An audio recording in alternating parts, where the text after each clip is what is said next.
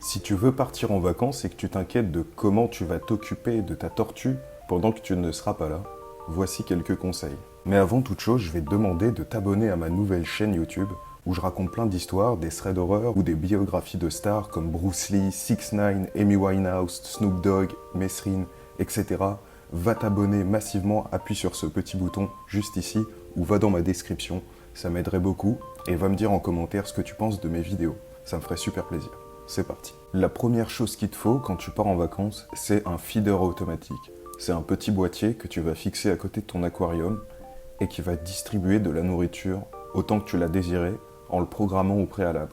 En fait, tu vas mettre de la nourriture dedans et tu vas choisir les horaires et le nombre de tours que tu veux qu'il tourne. Ça va donner une quantité de nourriture et tu n'auras plus besoin de la nourrir tous les jours. Le boîtier s'en chargera à ta place. La deuxième chose qu'il te faut, c'est un minuteur automatique que tu vas brancher à ta lampe chauffante et à ta lampe à UV. Et aussi à ta lampe générale, si tu en as une.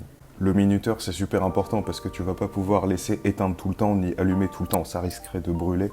Alors ce que tu vas faire, c'est prendre un minuteur, soit un minuteur mécanique que tu règles à la main, ou soit un minuteur Wi-Fi que tu vas pouvoir contrôler depuis ton smartphone et mettre des horaires à laquelle tu veux que les lampes s'allument.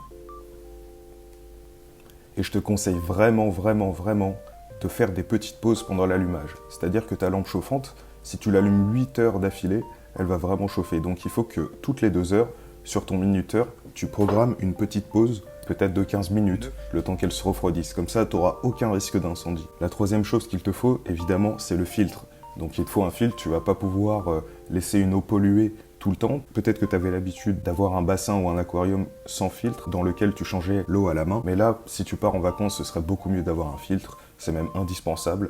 Comme ça, l'eau va pouvoir se filtrer pendant que tu ne seras pas là et tu n'auras pas besoin de la changer ni de demander à quelqu'un de la changer à ta place. Et bien sûr, le filtre, avant que tu partes, il faut que tu changes tout à l'intérieur.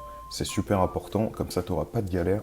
Et quand tu reviendras, avec un peu de chance, l'eau sera encore propre. La quatrième chose que je te conseille, c'est d'avoir une petite caméra Wi-Fi que tu vas pouvoir contrôler depuis ton smartphone. Tu peux être à l'autre bout du monde, par exemple, avoir ton aquarium au Canada et être en France, et depuis la France, voir tes animaux en direct pour t'assurer que tout va bien, qu'il n'y a pas trop de nourriture, que les tortues vont bien, elles sont bien vivantes, qu'elles sont pas sorties de l'aquarium ou autre, je ne sais pas. C'est vraiment rassurant d'avoir cette caméra. En tout cas, moi j'en ai une et je te la conseille vivement.